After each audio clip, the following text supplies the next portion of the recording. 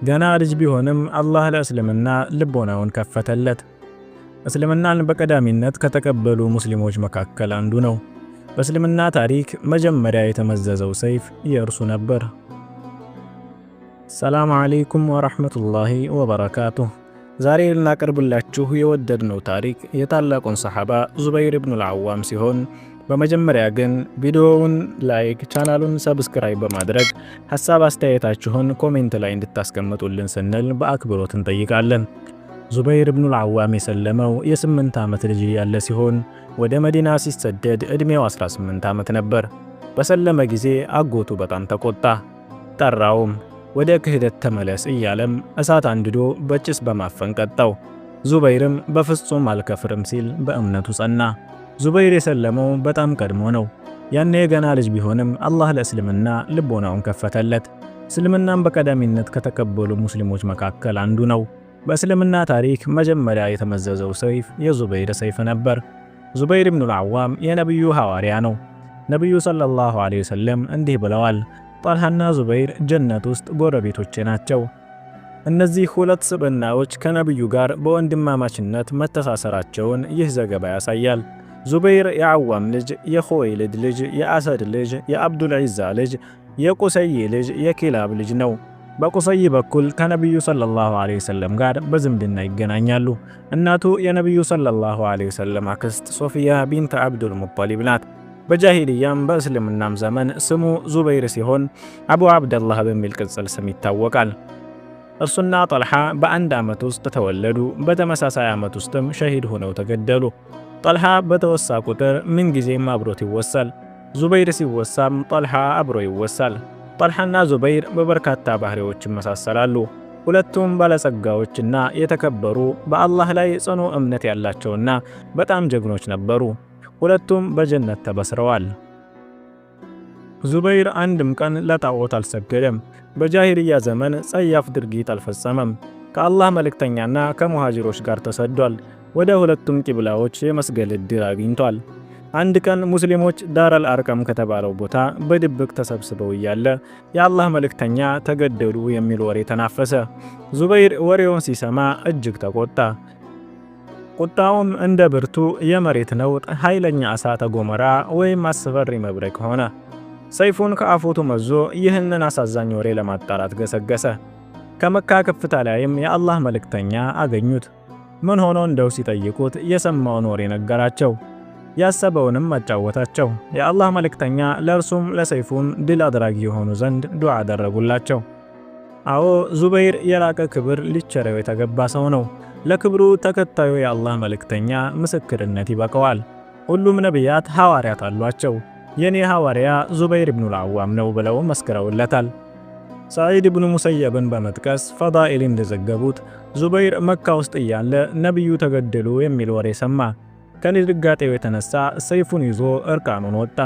መንገድ ላይ ነብዩ ሰለላሁ ዐለይሂ ወሰለም አገኙትና ምን ሆነህ ነው ሲሉ ጠየቁት። እርስዎ ተገደሉ የሚል ወሬ ሰምቼ ነው አላቸው። ታዲያ ምን ልታደርግ አሰብክ ሲሉ ጠየቁት። የመካውያንን ደም አንድም ሳላስቀር እንደ ጎርፍ ላፈሰው ወሰንኩ አላቸው። ሳቁና ኩታቸውን አውልቀው አለበሱት። ወዲያውም ጅብሪል ወረደና እንዲህ አላቸው፣ አላህ ሰላምታ አቅርቦልሃል፣ ለዙበይርም ሰላምታዬን አድርስልኝ ብሎሃል። በአላህ መንገድ ሰይፉን የመዘዘ የመጀመሪያው ሰው በመሆን አንተ በነብይነት ከተላክ ጀምሮ እስከ ዕለተ ቂያማ ድረስ ለአላህ ሲሉ ሰይፍ የሚመዙ ሰዎች ሁሉ የሚያህል ምንዳ የእነርሱ ምንዳ ሳይጓደል አላህ እንዳዘጋጀለትም ትነግረው ዘንድ አዞሃል። ኢብኑ ሰዒድ ጠበቃት በተሰኘው መጽሐፋቸው ውስጥ እንደዘገቡት ዙበይር እንዲህ ሲል አውግቷል። የበድር ዕለት መላኢካዎች ከቦቃ ፈረስ ላይ ሆነው እና ቢጫ ጥምጣም ለብሰው ወረዱ። ዙበይር ያኔ ቢጫ ጥምጣም ለብሶ ነበር። መልእክተኛውም ነብዩ ሰለላሁ ዐለይሂ ወሰለም መላኢካዎች በዙበይር ሰማይ ላይ ወረዱ ሲሉ ተናገሩ። ኢብኑ ኢስሐቅን በመጥቀስ ዩኑስ እንዳወሱት የበድር ዕለት የቁረይሾች አርማ ተሸካሚ የነበረው አቡ ጠልሐት አልአብደሪን ለሁለትዮሽ ግጥሚያ ሙስሊሞችን ጋበዘ። ሰዎች ከእርሱ ሲሸሹ ዙበይር ሊገጥመው ወጣ። ዘሎም ከግመሉ ላይ ወጣበት። ይዞትም ወደ መሬት ወረደ። በሰይፉም አረደው። የአላህ መልእክተኛም አድራጎቱን አሞገሱ። እንዲህም አሉ፣ ሁሉም ነቢያት ሐዋርያት አሏቸው። የኔ ሐዋርያ ዙበይር ነው።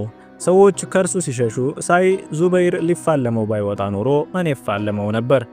በኡሁድ ዘመቻ ዕለትም የቁረይሽ ሰራዊት የጦርነቱን መስክ ለቆ ወደ መካ ካቀና በኋላ ነቢዩ ዙበይርንና አቡበክርን የቁረይሾች ሰራዊት ያሳድዱ ዘንድ አስተማሯቸው።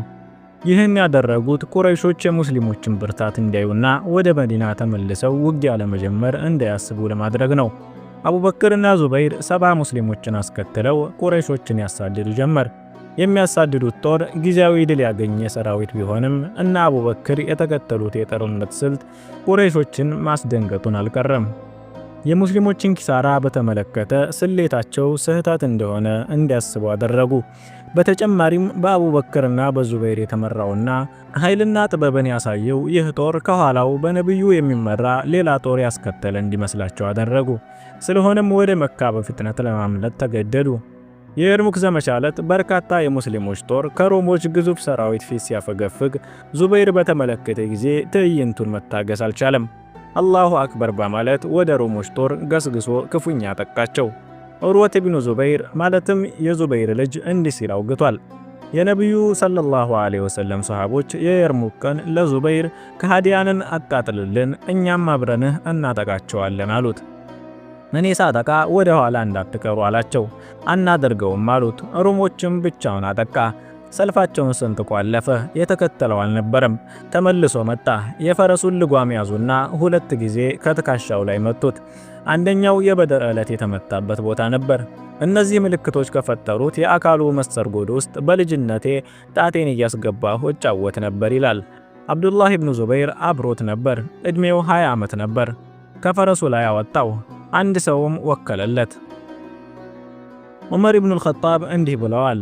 ዙበይር ከእስልምና መሰረቶች መካከል አንዱ ነው። ዙበይር ለድኑ ታማኝ ሆኖ በአላህ መንገድ በተደረገ ትግል መስዋዕት ሸሂድ እስከሆነበት ዕለት ድረስ ለአላህ መልእክተኛ በገባው ቃል ኪዳን እንደጸና ኖሯል።